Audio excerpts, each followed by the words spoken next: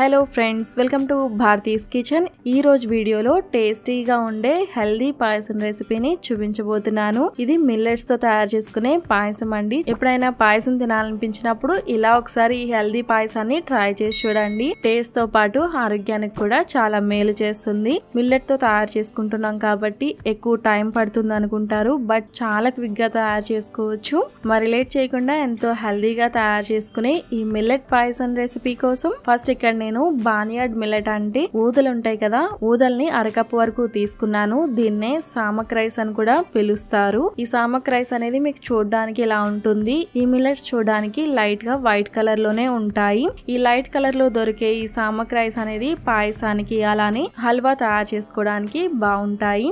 ఈ మిల్లెట్స్ నే బానియాడ్ మిల్లెట్ అని పిలుస్తారు, అలానే సామక్ రైస్ అని కూడా పిలుస్తారు. తెలుగులో అయితే ఊదలు అని అంటారు. ఈ ఊదలు చూడడానికి ఇలా ఉంటాయి. నెక్స్ట్ ఈ ఊదల్ని 2-3 సార్లు బాగా కడిగి తీసుకున్న తర్వాత మళ్ళీ నీళ్ళని వేసి కనీసం అరగంట సేపు నానబెట్టుకోవాలి. నార్మల్ గా మిల్లెట్స్ అనేసరికి కొద్దిగా ఎక్కువ సేపు నానబెట్టుకోవాల్సి ఉంటుంది, బట్ ఇవైతే చాలా తొందరగా నానిపోతాయి. ఇలా నానబెట్టుకున్న ఊదల్ని పక్కన పెట్టుకుందాము. నెక్స్ట్ డ్రై ఫ్రూట్స్ కోసం ఇక్కడ నేను 20-25 వరకు జీడిపప్పుల్ని సగం ముక్కగా చేసి తీసుకున్నాను. జీడిపప్పుని కావాలంటే ఇలా సగం ముక్కగా చేసుకుని తీసుకోవచ్చు, లేదంటే జీడిపప్పు పలంగా అలానే వదిలేసేయచ్చు. నెక్స్ట్ ఇందులోనే 1 టేబుల్ స్పూన్ వరకు చిరోంజి సీడ్స్ ని కూడా వేసుకుంటున్నాను. ఈ చిరోంజి సీడ్స్ అనేది ఆప్షనల్ అండి, మీకు కావాలంటేనే వేసుకోవచ్చు, లేదంటే స్కిప్ చేసేసేయండి. ఈ చిరోంజి సీడ్స్ పాయసంలో చాలా టేస్టీగా ఉంటాయి. చిరోంజి ప్లేస్ లో మీరు కావాలి అంటే బాదం ని కూడా వేసుకోవచ్చు. నెక్స్ట్ ఇలా తీసుకున్న డ్రై ఫ్రూట్స్ ని ఒకసారి వాష్ చేసుకున్న తర్వాత కొద్దిగా నీళ్ళని వేసుకుని వీటిని అరగంట సేపు నానబెట్టుకోవాలి. నేను ఈ పాయసాన్ని హెల్దీగా చేయడం కోసం నానబెట్టి తీసుకుంటున్నాను. మీకు నానబెట్టుకోవడం ఇష్టం లేకపోతే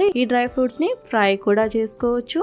ఊదలు ఇంకా ఈ డ్రై ఫ్రూట్స్ నానేలోపు పాలను మరగబెట్టుకుందాము. పాలు మరిగించడం కోసం ఒక కడాయిలో 1.5 లీటర్ వరకు పాలను వేసుకోవాలి. ఇక్కడ ఫుల్ ఫ్యాట్ ఉన్న పాలను వేసుకున్నట్లయితే పాయసం టేస్ట్ అనేది బాగుంటుంది. ఈ పాలని మీడియం ఫ్లేమ్ లో అప్పుడప్పుడు ఇలా కలుపుతూ మరిగించుకోవాలి.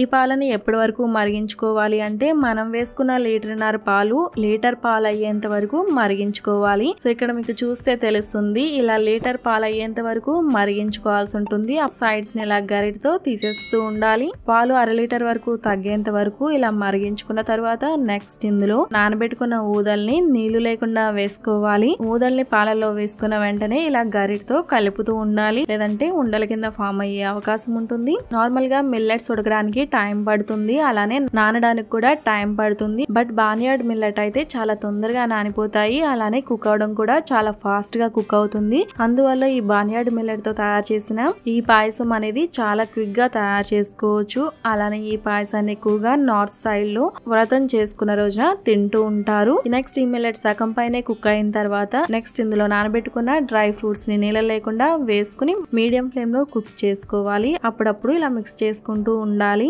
నేను ఈ పాయసాన్ని హెల్దీగా తయారు చేస్తున్నాను కాబట్టి డ్రై ఫ్రూట్స్ ని ఇందులోనే వేసేస్తున్నాను. డ్రై ఫ్రూట్స్ వేసుకున్న తర్వాత 3 నిమిషాల పాటు ఇలా మీడియం ఫ్లేమ్ లో మరిగించుకున్న తర్వాత నెక్స్ట్ ఇందులో 1/4 టీ స్పూన్ వరకు యాలకుల పొడిని కూడా వేసుకుని నెక్స్ట్ ఈ మిల్లెట్స్ ఉడికేంత వరకు లో టు మీడియం ఫ్లేమ్ లోకి స్టవ్ అడ్జస్ట్ చేసుకుని అప్పుడప్పుడు ఇలా కలుపుకుంటూ కుక్ చేసుకోవాలి. నెక్స్ట్ ఈ మిల్లెట్స్ ఉడికాయో లేదో ఒకసారి చెక్ చేయండి. ఇలా చేత్తో పట్టుకుని చూసినట్లయితే మీకు ఈజీగా తెలుస్తుంది. సో ఊదలు అనేవి ఉడికిపోయాయండి. ఇలా ఊదలు ఉడికిన తర్వాత నెక్స్ట్ స్టవ్ ఆఫ్ చేసుకుని ఇందులో 1/2 కప్పు వరకు పంచదారని గానీ లేదా పటికి బెల్లాన్ని గానీ లేదా బెల్లాన్ని గానీ లేదా కేన్ షుగర్ ని గానీ ఏదైనా వేసుకోవచ్చు. ఇక్కడ నేను షుగర్ కి బదులుగా బూరా షుగర్ అని ఉంటుందండి, దాన్ని వేసుకుంటున్నాను. నెక్స్ట్ ఇలా షుగర్ ని వేసుకున్న తర్వాత షుగర్ మెల్ట్ అయ్యేంత వరకు ఇలా బాగా కలిపిన తర్వాత వేడివేడిగా సర్వ్ చేసుకోవడమే. సో చూసారు కదండి, ఇలా చాలా సింపుల్ గా మిల్లెట్స్ తో పాయసాన్ని చాలా టేస్టీగా హెల్దీగా తయారు చేసుకోవచ్చు. ఇప్పుడు వరకు మీరు ఈ పాయసాన్ని ట్రై చేయకపోతే డెఫినెట్ గా ట్రై చేయండి. ఇప్పుడు ఇలానే చేసుకుంటారు, వేరే విధంగా పాయసాన్ని అస్సలు చేసుకోరండి, అంత టేస్టీగా ఉంటుంది. ఎప్పుడైనా పాయసం తినాలనిపించినప్పుడు ఇలా ట్రై చేసి చూడండి. పిల్లలకైనా పెద్దవాళ్ళకైనా చాలా బాగా నచ్చుతుంది. ఈ రెసిపీ మీకు ఇప్పుడు వరకు తెలుసా లేదా అనేది నాకు కామెంట్ సెక్షన్ లో షేర్ చేయండి. అలానే ఈ రెసిపీ మీకు నచ్చినట్లయితే తప్పకుండా లైక్ చేసి మీ ఫ్రెండ్స్ అండ్ ఫ్యామిలీస్ కూడా షేర్ చేయండి. మరిన్ని టేస్టీ అండ్ సింపుల్ రెసిపీస్ కోసం భారతీస్ కిచెన్ ఛానల్ ని సబ్స్క్రైబ్ కూడా చేయండి. Thanks for watching.